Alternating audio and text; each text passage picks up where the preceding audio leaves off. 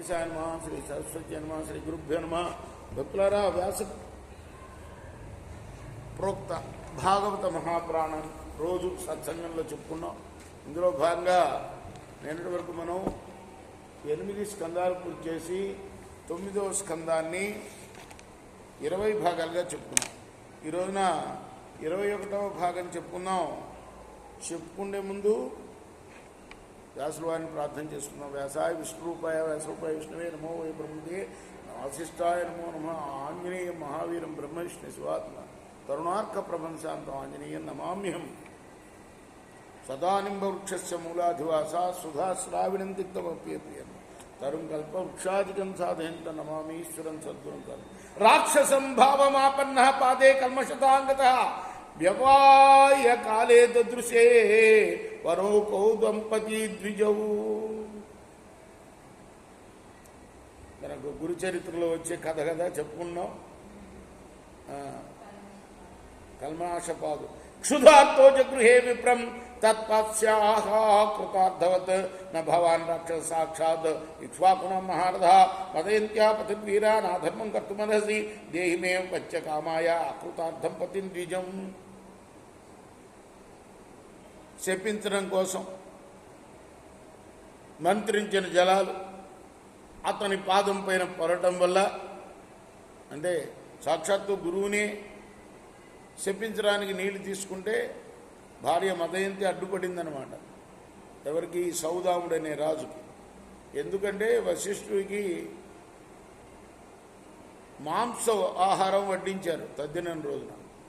అది ఎలా జరిగిందంటే వంటవాళ్ళు వాడు వాళ్ళ అన్నం చంపాడని రాజు వాడు దొంగ వంటవాడుగా వేషం వచ్చి అలా చేశాడు.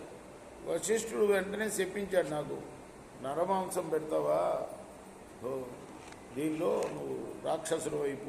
ఆ తర్వాత తనే మళ్ళీ దివ్య దృష్టితో తెలుసుకొని వశిష్ఠుడు వారు శాపావసానం ఇచ్చాడు. 12 సంవత్సరాలు మాత్రం నువ్వు ఉంటావని. అయినా కూడా రాజు కోపంతో వశిష్ఠుడిని గురువుగారినే తిరిగి చెప్పించాలని జలాలు తీసుకున్నాడు. మదయంతి భార్య మదయంతి అడ్డుపడి, వద్దు తప్పది, గురువుగారిని చెప్పించకూడదు అనగానే ఆ కాళ్ళని తన కాళ్ళ మీద పోసుకుంటే ఆ కాళ్ళు నల్లగా అయిపోయినాయి. కల్మాషపాదులు అనే పేరు పొందాడు.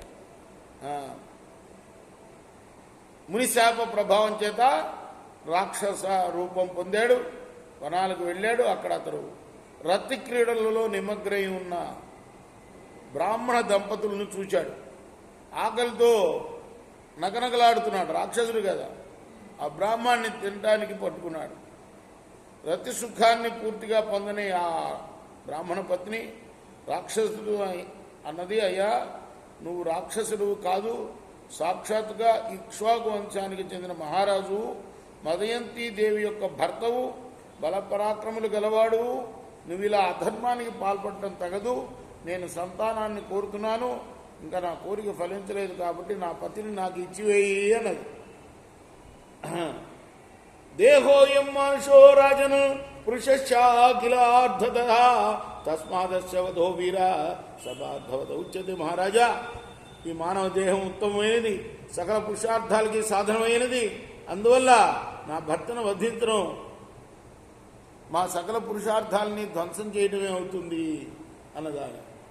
ఏష హి బ్రాహ్మణో విద్వాం తపశీలగుణాన్విత ఆదిరాధైషు బ్రహ్మ మహాపురుష సంగీతం సర్వభూతాత్మ భావేన భూతేష్వంతర్కితం గుణై సోయము బ్రహ్మర్షి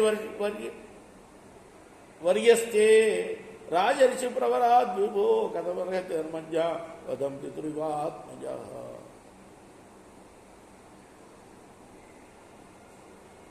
ఆమె ఇంకా నది, ఇతడు బ్రాహ్మణోత్తముడు, విద్వాంసుడు, మహాతపస్వి, సత్శీలుడు, సద్గుణవంతుడు. అంతేకాదు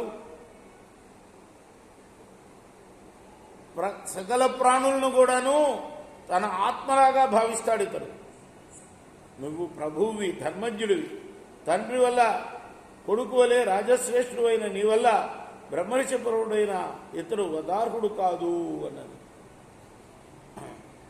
ఇతడు పరమ సాధోయ్యా తస్య సాధోర పాపస్య భ్రూణస్య బ్రహ్మవాదిన కథం వతం యథా బభ్రోర్మన్యతే సన్మతో భవ. నిరంతరము వేదాధ్యయనం చేస్తాడయ్యా ఆయన. కపిలధేనువును చంపడం ఏ విధంగా భావ్యం కాదో ఇతన్ని శ్రోత్రియుడైన ఈ బ్రాహ్మణ్ణి చంపగలగడం యుక్తం కాదు అని ప్రార్థించింది.